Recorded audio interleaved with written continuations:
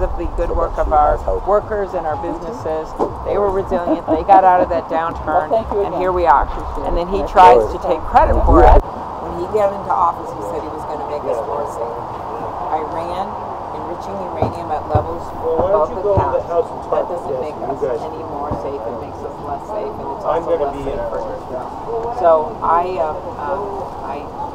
don't know. I hope that he negotiates and tries to get us back in that, but it doesn't seem like that is what he's doing. He should never have gotten us out in the first place. Look what happened. They got the money, and then there was no one backing them up. I'm truly so sorry to interrupt, but the media won't cover our campaign, and so I have to say you should cover all voices, because we are the 20th highest fundraising Democratic campaign, Ben Gleib for president, and they won't cover us because you guys already want to be decided who gets the coverage. You want to decide who gets to be taken legitimately.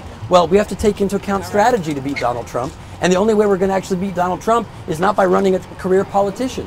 And none of the media outlets want to give us a voice. Why?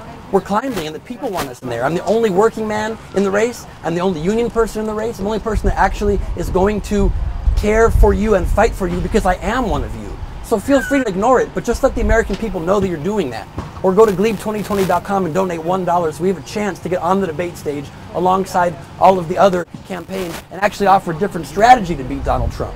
Nobody else is doing that. We're the only campaign. I'm a comedian by trade, and the best way to take down a heckler is not with a career politician. You take down a heckler with a comedian. That's all I wanted to say. You're not on the debate stage. What are you going to do on September 13th? Well, there's 12 debates coming, and we've only had 2 of them so far. So there's plenty of time for the American people to get us to 130,000 donations, and then of just $1, and then we actually have a chance to get on that debate stage. So if we don't get on the September 3rd stage, we'll be there for the next one. And if not, we'll be there for the next one. I just got to speak at the end of the AFL-CIO convention in Iowa, after Joe Biden, after every major candidate. I'm the only candidate I'm one of only 4 candidates that got a standing ovation at the Iowa AFL-CIO event. One of only 4, me, Biden, Booker, and Warren. Bernie did not get one, Buttigieg did not get one, yet the media is ignoring us. Why? We have a different message, and you're not benefited by having 20 candidates who all are saying the same things. Everyone a career politician or multimillionaire, except me, Ben Gleib, running for president. So we have to keep getting the word out there, and that's how we do it. And also, one last thought.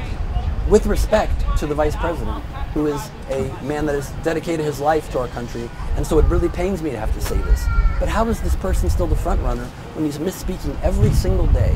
He's not saying the correct state that he is in. He is cutting himself off mid-sentence and says privately to his donors, nothing will fundamentally change if you put me in office. That should be disqualifying in this race when the future of the world is on the line. So if the media continues only considering career politicians, that's at the peril of the future of our planet. So I really hope you consider using this footage and don't just go back to the people that have already been anointed and are already being considered the only ones that we can hear as the American people. We need right now more than ever different voices, a multitude of voices. Gleib2020.com. You know, you mentioned that it runs to the peril of our planet, but you haven't put out a climate change policy. I've put out a lot of statements on climate change. I don't have a full policy about how you're going to change the nation's infrastructure to address climate change. Well, I'll tell you how we do it. We have to adapt the principles of the Green New Deal. We have to make sure that we ban single-use plastic. We have to break our dependence on fossil fuels. And the only way you can ever do that is by a sweeping anti-corruption bill that my campaign is arguing for that no other campaign is. They signed on to a weak anti-corruption bill, still allowing lobbyists money in our campaigns. The only way you will ever stop the influence of the fossil fuel industry and of the healthcare companies, the pharmaceutical companies, and of the NRA and the gun manufacturers is by getting the lobbyist money out of all political campaigns. That is the only way you will ever be able to attack the root of all of these problems. And we keep putting band-aids on our problems, and there's no way to ever move forward as a nation if we're going to allow moneyed influence to be the only thing we listen to. It should be the American people, and most of them are not the heads of big corporations. So that's how you tackle those problems. On day 1, I get us back in the Paris Climate Accords, and on day 2, we start pushing for a multinational agreement that is more enforceable and more stringent, so we actually take on this problem for real, not just put lip service to it. Thank you, guys.